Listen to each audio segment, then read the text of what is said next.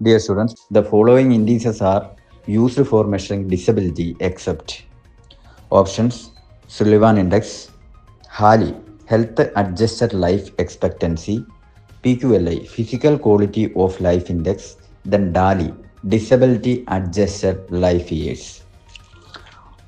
ഒരുപാട് ക്വസ്റ്റ്യൻസ് ഈ മേഖലയിൽ നിന്ന് ചോദിക്കാറുണ്ട്. പല കുട്ടികൾക്കും ഇതുമായിട്ട് ബന്ധപ്പെട്ട് കൺഫ്യൂഷൻ നിലനിൽക്കുന്നുണ്ട്.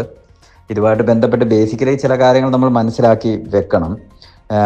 ഹെൽത്ത് ഇൻഡീസസ് എന്ന് പറയുന്ന ഒരു സംഭവമുണ്ട്. ഹെൽത്ത് ഇൻഡെക്സ് കാൽക്കുലേറ്റ് ചെയ്യുന്ന ഒന്ന് രണ്ട് കാര്യങ്ങളുണ്ട്. അതിലൊന്നാമത്തെ കാര്യം എന്ന് വെച്ച് കഴിഞ്ഞാൽ നമ്മൾ ഇതിൽ പറഞ്ഞിരിക്കുന്ന PQLI ആണ്. എന്ന് പറഞ്ഞു കഴിഞ്ഞാൽ physical quality of life index എന്നുള്ളതാണ്. ഈ physical quality of life index എന്ന് പറയുന്നത് പ്രധാനമായിട്ടും ഒരാളുടെ ക്വാളിറ്റി ഓഫ് ലൈഫ് എന്ന് ആലോചിക്കുക. പ്രധാനമായിട്ടും ആ ഒരു സംഭവത്തെ ഡിറ്റർമൈൻ ചെയ്യുന്ന ഫാക്ടേഴ്സാണ് പറയുന്നത്. ഒന്നാമത്തെ case life expectancy at age of 1. ഒരു വയസ്സുള്ള ഒരു കുട്ടി, ആ കുട്ടി എത്ര നാൾ ജീവിച്ചിരിക്കും ആ രാജ്യത്ത്, അതിനൊരു കണക്കുകൂട്ടലുണ്ടാവും, ആവറേജ് ഒരു കണക്കുകൂട്ടലുണ്ടാവും അല്ലേ. ആ ലൈഫ് എക്സ്പെക്റ്റൻസി എന്നുള്ള ഒരു ഫാക്ടർ നിൽക്കും. ദെൻ ആ രാജ്യത്തെ അല്ലെങ്കിൽ ആ സ്റ്റേറ്റിലെ IMR means infant mortality rate എന്നുള്ളതാണ്. ദെൻ ലിറ്ററസി എന്ന് പറഞ്ഞു കഴിഞ്ഞാൽ അറിയാം, സാക്ഷരത. ഈ ഫാക്ടേഴ്സാണ് ആ വ്യക്തിയുടെ ക്വാളിറ്റി ഓഫ് ലൈഫിനെ ഡിറ്റർമൈൻ ചെയ്യുന്നത് എന്ന് പറയുന്നു. ക്വാളിറ്റി ഓഫ് ലൈഫിനകത്ത് എന്തും വരും, ഹെൽത്തും വരും. അതേപോലെ തന്നെ നിങ്ങൾക്ക് അറിയേണ്ട കാര്യമാണ് human development index. Human development index എന്ന് വെച്ച് കഴിഞ്ഞാൽ ആക്ച്വലി ഹെൽത്തുമായിട്ട് കറക്റ്റായിട്ടും കണക്ട് ചെയ്ത് പറയുന്ന കാര്യമല്ല. അതിനകത്ത് ഒരു ഫാക്ടറാണ് പ്രധാനമായിട്ടും ഹെൽത്തുമായിട്ട് കണക്ട് ചെയ്ത് നിൽക്കുന്നത്, അത് ലൈഫ് എക്സ്പെക്റ്റൻസിയാണ്. ദെൻ രണ്ട് ഫാക്ടേഴ്സ്, പിന്നീടുള്ള രണ്ട് ഫാക്ടേഴ്സ് എന്ന് വെച്ച് കഴിഞ്ഞാൽ ഒന്ന് സാക്ഷരതയെ ഡിറ്റർമൈൻ ചെയ്യുന്ന മീൻ ഇയേഴ്സ് ഓഫ് സ്കൂളിംഗ്. എത്ര നാൾ ഒരു കുട്ടി, ഒരു ആവറേജ് ആ ഏരിയയിലുള്ള അല്ലെങ്കിൽ ആ പ്രദേശത്തുള്ള എത്ര കുട്ടികൾ എത്ര നാൾ സ്കൂളിൽ ചെലവഴിക്കുന്നു എന്നുള്ളതാണ് അവരുടെ ലിറ്ററസിയെ അല്ലെങ്കിൽ സാക്ഷരതയെ ഡിറ്റർമൈൻ ചെയ്യുന്ന ഫാക്ടർ. അതേപോലെ തന്നെ അടുത്തത് നമ്മുടെ കയ്യിൽ നിൽക്കുന്ന കാര്യമല്ല, gross national per capita income എന്ന് പറയുന്നത്. അപ്പോൾ ഈ 3 ഫാക്ടേഴ്സിനെ ഡിറ്റർമൈൻ ചെയ്താണ് ഹ്യൂമൻ ഡെവലപ്മെൻറ്റ് ഇൻഡെക്സ് നിൽക്കുന്നത്. അപ്പോൾ ഈ രണ്ട് കാര്യങ്ങളും ഹെൽത്ത് ഇൻഡീസസ് എന്ന് പറയുന്ന ഒരു ലേബലിലാണ് വരുന്നതെന്ന് ഓർത്ത് വെക്കുക. അത് PQLIയും അതേപോലെ ഹ്യൂമൻ ഡെവലപ്മെൻറ്റ് ഇൻഡെക്സുമാണ്. ഇപ്പോൾ ഇവിടെ ചോദിച്ചിരിക്കുന്ന ക്വസ്റ്റ്യൻ എന്താണെന്ന് ചോദിച്ചു കഴിഞ്ഞാൽ ഡിസബിലിറ്റിയെ മെഷർ ചെയ്യുന്ന ഇൻഡീസസ് ഏതൊക്കെയാണ് എന്നുള്ളതാണ്. ഈ ഡിസബിലിറ്റി എന്ന് പറയണമെന്നുണ്ടെങ്കിൽ എന്തൊക്കെയാണ് ഈ ഡിസബിലിറ്റി എന്ന് വെച്ച് കഴിഞ്ഞാൽ വെറുതെ നമുക്കൊരു ഡിസബിലിറ്റി എന്ന് പറയാൻ പറ്റത്തില്ല. ഇപ്പോൾ സാധാരണയായിട്ട് ഇൽനെസ് ഉണ്ട്, ഡിസീസ് ഉണ്ട്, അതേപോലെ തന്നെ സിക്നെസ് ഉണ്ട്, ഡിസബിലിറ്റി ഉണ്ട്, ഇമ്പയർമെൻ്റ് ഉണ്ട്, ഹാൻഡിക്യാപ്പ് ഉണ്ട്. ഇതിനെല്ലാം വ്യത്യസ്തമായ മീനിങ്ങുകളാണുള്ളത്. അതിനെപ്പറ്റി ഒന്ന് മനസ്സിലാക്കിയിരിക്കുന്നത് നല്ലതാണ്.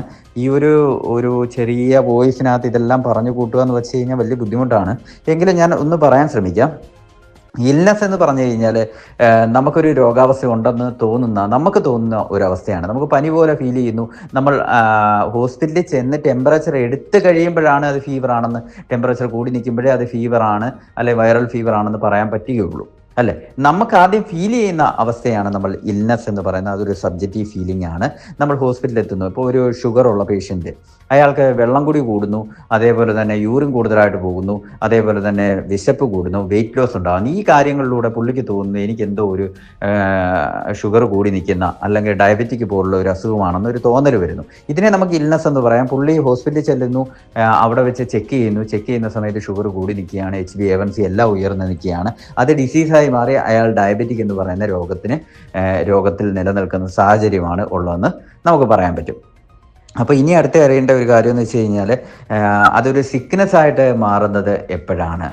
ഈ ഒരു രോഗാവസ്ഥ ഉള്ളത് കൊണ്ട് പുള്ളിക്ക് ജോലിക്ക് പോകാൻ കഴിയുന്നില്ല, അല്ലെങ്കിൽ സൊസൈറ്റിയിലെ ഫങ്ഷൻസ് മീറ്റ് ചെയ്യാൻ പറ്റുന്നില്ല എന്നുള്ള രീതിയിലാവുമ്പോൾ, അതൊരു സോഷ്യൽ ഡിസ്ഫങ്ഷനായി മാറുമ്പോൾ അതിനെ നമ്മൾ സിക്നെസ് എന്ന് പറയും. അപ്പോൾ തീർച്ചയായിട്ടും ഈ 3 കാര്യങ്ങൾ, ഇൽനെസ്, ഡിസീസ്, സിക്നെസ്. ഓക്കെ. അപ്പോൾ ആ ഒരു രോഗാവസ്ഥ കുറച്ച് നാൾ തുടർന്ന് പോകുമ്പോൾ അതൊരു സോഷ്യൽ ഡിസ്ഫങ്ഷൻ ആകുമ്പോഴാണ് അതിനെ നമ്മൾ സിക്നെസ് എന്ന് പറയുന്നത്. ഇതേപോലെ നമുക്ക് പറയേണ്ട കാര്യമാണ് ഇമ്പയർമെൻറ്റ്, ഡിസബിലിറ്റി, ഹാൻഡിക്യാപ്പ്. നമുക്ക് ഇതിനെ തന്നെ കണക്ട് ചെയ്ത് പറയാം. ഇമ്പയർമെൻ്റ് എന്ന് പറയുമ്പോൾ ഡയബറ്റീസ് കുറച്ച് കോംപ്ലിക്കേറ്റഡായി കാലിലൊരു മുറിവ് വന്ന് മുറിച്ച് മാറ്റേണ്ട സാഹചര്യം വന്നു. അപ്പോൾ ഒരു ലോസ് ഓഫ് അനാട്ടമിക്കൽ സ്ട്രക്ചർ ആകുമ്പോൾ നമുക്കതിനെ ഇമ്പയർമെൻ്റ് എന്ന് പറയാം. ഓക്കെ. അവിടെ ഒരു നഷ്ടം സംഭവിക്കുകയാണ്. അല്ലെങ്കിൽ കാഴ്ചയ്ക്ക് ഒരു വൈകല്യം സംഭവിക്കുകയാണ്, ഡയബറ്റിക്കിൻ്റെ കോംപ്ലിക്കേഷൻ, റെറ്റിനോപ്പതി വന്നു, കാഴ്ചയ്ക്ക് കുറവ് സംഭവിക്കുന്നു, അല്ലെങ്കിൽ കാഴ്ച പൂർണ്ണമായിട്ടും നഷ്ടപ്പെടുന്നു. ഓക്കെ, അപ്പോൾ അങ്ങനെയുള്ള ഒരവസ്ഥയിൽ നമുക്കതിനെ ഇമ്പയർമെൻ്റ് എന്ന് പറയാം. അതിനെ അവിടെ ആ ഒരു ലേബലിൽ ആണ് മെൻഷൻ ചെയ്യുന്നത്.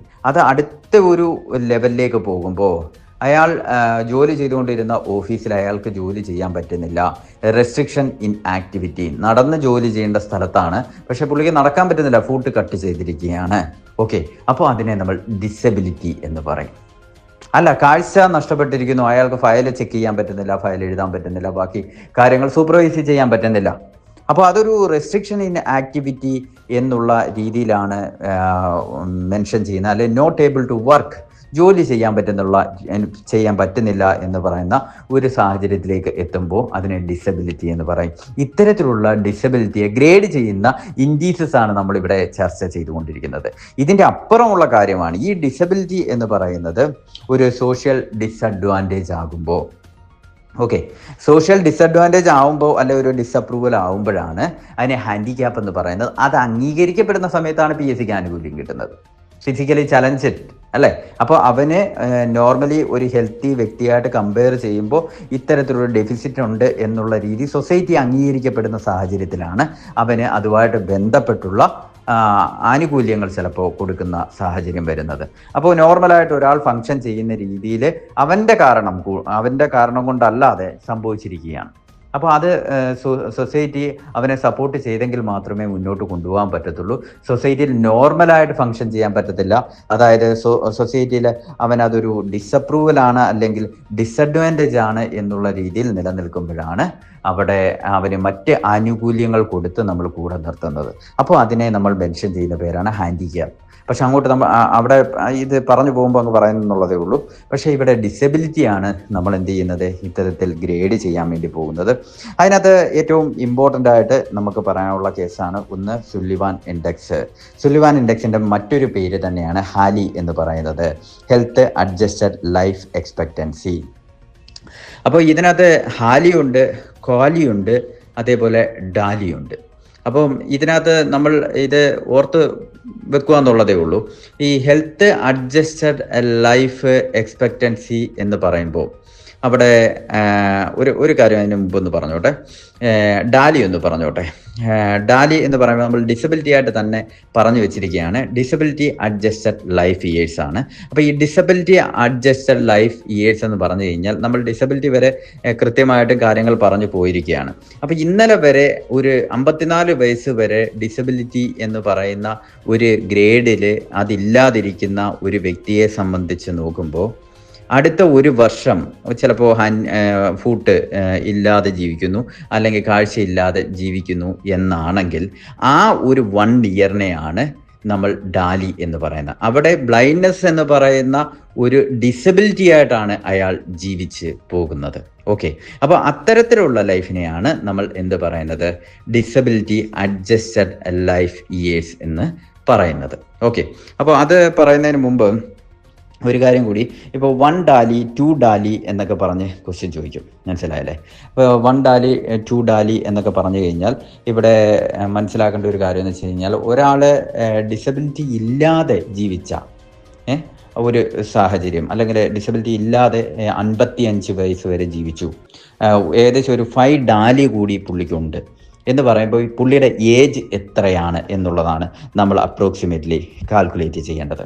അപ്പോൾ 55 വയസ്സ് വരെ ഡിസബിലിറ്റി ഒന്നും ഇല്ലാതെ പുള്ളി ജീവിച്ചു പോയി എന്നാണ് പറയുന്നത്. ഓക്കെ, അപ്പോൾ 55 കഴിഞ്ഞതിന് ശേഷം 5 ഡാലി എന്ന് വെച്ച് കഴിഞ്ഞാൽ 5 വർഷം അയാൾ ജീവിച്ചിരിക്കുന്നത് വിത്ത് ഡിസബിലിറ്റിയാണ്. അപ്പോൾ ഇത് രണ്ടും കൂടെ കൂട്ടുമ്പോൾ ഏകദേശം 60 വയസ്സ് വരെ പുള്ളി, അല്ലെങ്കിൽ 60 വയസ്സാണ് പുള്ളിക്ക് ഇപ്പോൾ ഉള്ളത് എന്ന് പറയാം. ഇതേപോലെ ഉള്ള ഒരു സംഭവമാണ് ക്വാലി എന്ന് പറഞ്ഞു കഴിഞ്ഞാൽ ക്വാളിറ്റി അഡ്ജസ്റ്റഡ് ലൈഫ് ഇയേഴ്സ് എന്നുള്ളതാണ്. ഈ ക്വാളിറ്റി അഡ്ജസ്റ്റഡ് ലൈഫ് ഇയേഴ്സ് കൃത്യമായിട്ട് മനസ്സിലാക്കി വെക്കുക.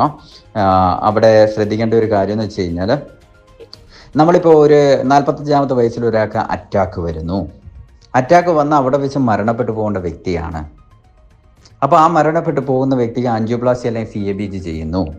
ആ ഒരു പ്രൊസീജിയർ ചെയ്യുന്നതുകൊണ്ട് വീണ്ടും ഒരു 15 കൊല്ലം പുള്ളിക്ക് ജീവിക്കാൻ പറ്റുന്നു. അവിടെ ക്വാലി എന്ന് പറഞ്ഞു കഴിഞ്ഞാൽ ക്വാളിറ്റി അഡ്ജസ്റ്റഡ് ലൈഫ് ഇയേഴ്സ് എന്ന് പറഞ്ഞാൽ ക്വാളിറ്റി എന്ന് വെച്ച് കഴിഞ്ഞാൽ അവിടെ ഒരു മെഡിക്കൽ ഇൻ്റർവെൻഷനാണ് അല്ലേ. ആ ക്വാളിറ്റി ആരാ കൊടുക്കുന്നത്? ഗവൺമെൻറ് ആണ്. അത്തരത്തിലുള്ള ഒരു സംവിധാനം ഒരുക്കി കൊടുക്കുന്നത് ഗവൺമെൻറ് അല്ലെ സൊസൈറ്റിയാണ്, ഹോസ്പിറ്റൽ സംവിധാനം ഒരുക്കി കൊടുക്കുന്നത്. അപ്പോൾ അങ്ങനെ ഒരു ക്വാളിറ്റി അല്ലെങ്കിൽ ആ ഒരു മെഡിക്കൽ ഇൻ്റർവെൻഷൻ കൊടുക്കുന്നത് കൊണ്ട് അതിൻ്റെ അഡ്വാൻറ്റേജ് കൊണ്ട് കുറച്ച് ഒരു 15 വർഷം കൂടി പുള്ളിക്ക് ജീവിക്കാൻ പറ്റുന്നു എന്നുള്ളതാണ് ആ ക്വാലി കൊണ്ട് നമ്മൾ ഉദ്ദേശിക്കുന്നത്.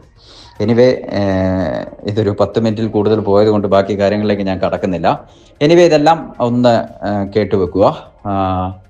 പിന്നെ ബാക്കി കാര്യങ്ങൾ ഞാൻ അടുത്ത ഇതിൽ സംസാരിക്കാം. ഓക്കെ, അപ്പോൾ കുറച്ച് സമയം കൂടുതൽ കാര്യങ്ങൾ, അതാണ് നമ്മുടെ സ്ട്രാറ്റജി. Thank you.